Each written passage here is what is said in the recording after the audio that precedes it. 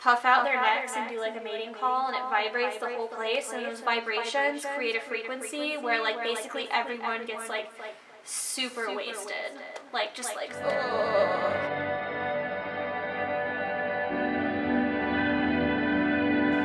Welcome to March. This video is gonna be what, 7 days old, something like that. But whatever, it's fine. Let's get to what I'm reading this month. Starting off with Vicious by V.E. Schwab. This is the first in the Villains series. I loved Shades of Magic. I just finished all 3 of the books that she has out, which apparently there's more coming, unannounced dates, whatever, but I will be reading them 100%. This has to do with the supernatural and the experimentation, trying to lead to giving people crazy abilities and stuff. So I'm really excited about this one. It has a second book out called Vengeful, which I do have in my cart on Amazon, ready for whenever I'm finished with this book. I do think it's kind of funny that the lead character's name is Victor, because I feel like V.E. Schwab just has a real big tendency to use so many V's in all of her work. I love her work a lot, and I'm excited to read more, but there's a lot of V's happening. Like a lot of V's and a lot of red. The next book I want to get done is The Outsider by Stephen King. This one is like a murder thriller, has to do with detectives and stuff, which normally is not something that I read, but I try to read a lot of Stephen King. He's one of my favorite authors and my favorite storytellers, so I am very excited to dig into this one. It seemed really popular. I know all of his books are popular, but this one seemed popular because it was actually good, which you can't always say about Stephen King books, unfortunately. So yeah, The Outsider. It has a brutal murder, so that's what I like. I like brutal murders. Then I want to get the 3rd book in the Expanse series done. There are currently 8 released.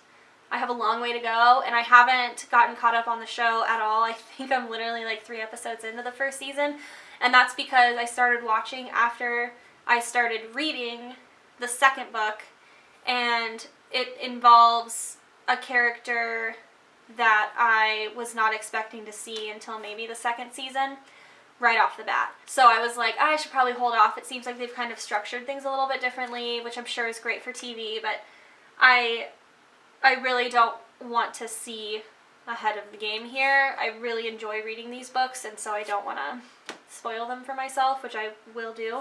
I am curious to see if this continues in the trend that they established in the last book, which kind of involves Holden's crew on the Rosie just kind of going off and doing like one big crazy universe-altering adventure every single time. But it's like a monster of the week thing that I could see getting sick of unless they implement a lot more of the continuous plotline things. I'm interested to see more of the world that the 2 authors have created, and because I really do like it. I love that everything takes place in our own solar system. Everything is pretty realistic in that way.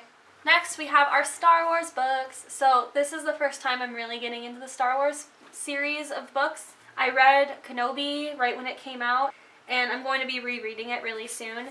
But this is kind of the only experience I have in the Star Wars book world, like novel world. So I'm kind of trying to work my way through the biggest titles. And I know that there's a lot that I'm missing. I'm going to be getting Heir to the Empire soon. I kind of want to get like a 1st edition paperback if I can find it, because I really like the artwork on those. But we'll see. You know, I might end up just buying a new one and whatever. So I am going to be reading Thrawn. I am aware that this is not Timothy Zahn or Zahn, whatever. I'm aware that this isn't his first Star Wars Thrawn series, but this was the most accessible to me, and I've heard really, really good things about this new one. The internet seems to have loved it. Don't come at me if you didn't. I am always interested to get a view of the dark side in any book that I'm reading. I think a good author who's working with such a canon-y story, only good authors can achieve really effective stories, new stories, within a universe that's already been established. And I've heard amazing things about this author. I hope to pick up the other Thrawn series that he did. But for now, I'm going to start with this one. I'm really excited. And the last book that I'm actually finishing this weekend is going to be The Paradise Snare by A.C. Crispin. It's the first book in the Han Solo trilogy.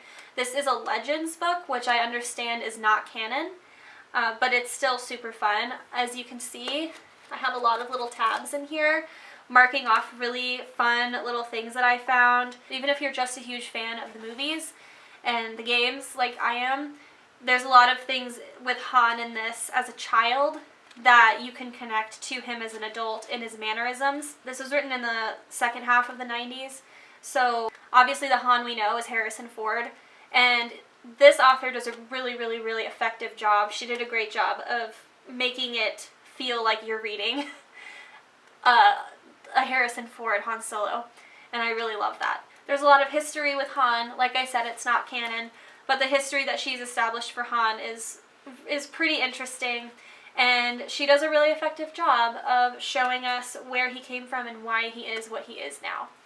This book in particular involves a cult, and this is probably my favorite part of the cult. So they have these rituals at the end of, I think, every day, and all these cult members who are weak-minded like go into this giant cavernous room, and these alien guys who are like cousins of the Hutts, like they're like a cousin species of the Hutts, something like that, they like puff out their necks and do like a mating call, and it vibrates the whole place, and those vibrations create a frequency where like basically everyone gets like super wasted, like just like, ugh. It's so funny. But Han obviously isn't into that, and he finds this girl that he really likes in there, and he's like, we have to get you out, it was all fake. And then he has this like giant cat guy friend named Murg, or Murr, I don't know how you say his name. And they're like, basically, like, we're done smuggling drugs for this cult, it's time for us to escape. And so where I'm at now, they're just about to escape this crazy cult world called Ylesia. But yeah, I'm really excited. I really like this one, if you can't tell. So that's my sci-fi heavy March TBR. If you have read, or if you're going to read any of these books, please let me know down below, or on my Instagram, or on my Twitter, or on my Goodreads, which is linked down below as well. Yeah, I'm just out here to have a good time this year, and all the books I'm reading are like real good time books. We got murder, we've got alien cults, we've got space operas, we've got fantasy involving doing messed up stuff to people's bodies, like near-death experiences to give them crazy abilities. It's going to be a really, really good month, so I'm excited. Happy March, everyone, and I will see you in a few days with another video.